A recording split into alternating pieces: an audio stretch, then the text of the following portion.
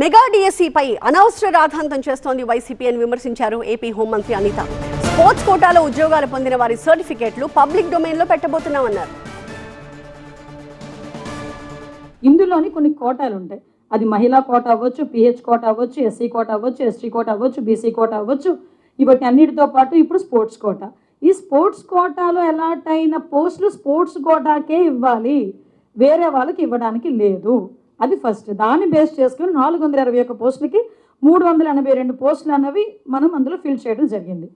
So నిన్న మొన్న కొంతమంది బయటకు వచ్చి ఇందాక అన్ననే బీకామ్లోని కెమిస్ట్రీలు ఫిజిక్స్లు చదువుకున్న వాళ్ళు చాలామంది బయటకు వచ్చి చేతి పడుతుంది మాట్లాడుతూ ఉంటారు. వాళ్ళు వచ్చి ఆర్టీ యాక్ట్లో మాట్లాడారు. మాట్లాడితే వాళ్ళు ఏమన్నారు, సర్టిఫికేట్ అనేది మీరు డొమైన్లో పెట్టాలి.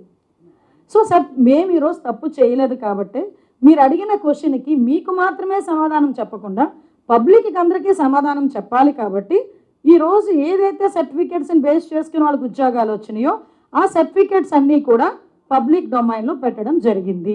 వెరిఫై.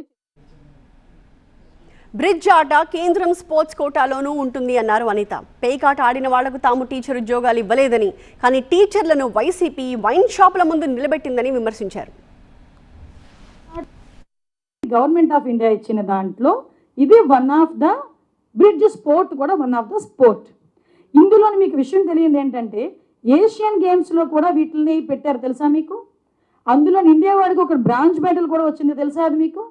బ్రిడ్జ్ స్పోర్ట్స్లో ఏషియన్ గేమ్స్లో మీకు ఇంకో విషయం, ఏ స్పోర్ట్స్ అయినా ఎప్పుడైనా ఎందులోనైనా ఎలా చేయొచ్చు.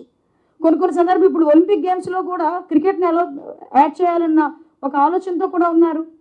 అంటే ఈరోజు ఎందుకు పెట్టారు, ఎందుకు చేయాలి, చాలామంది ఎక్స్పర్ట్స్ కూర్చొని చేసిన దాన్ని ఈరోజు ఇంప్లిమెంట్ చేయాలి. కాబట్టి ఈరోజు గవర్నమెంట్ ఇచ్చిన అథారిటేటివ్ లిస్ట్లో అది ఉంది.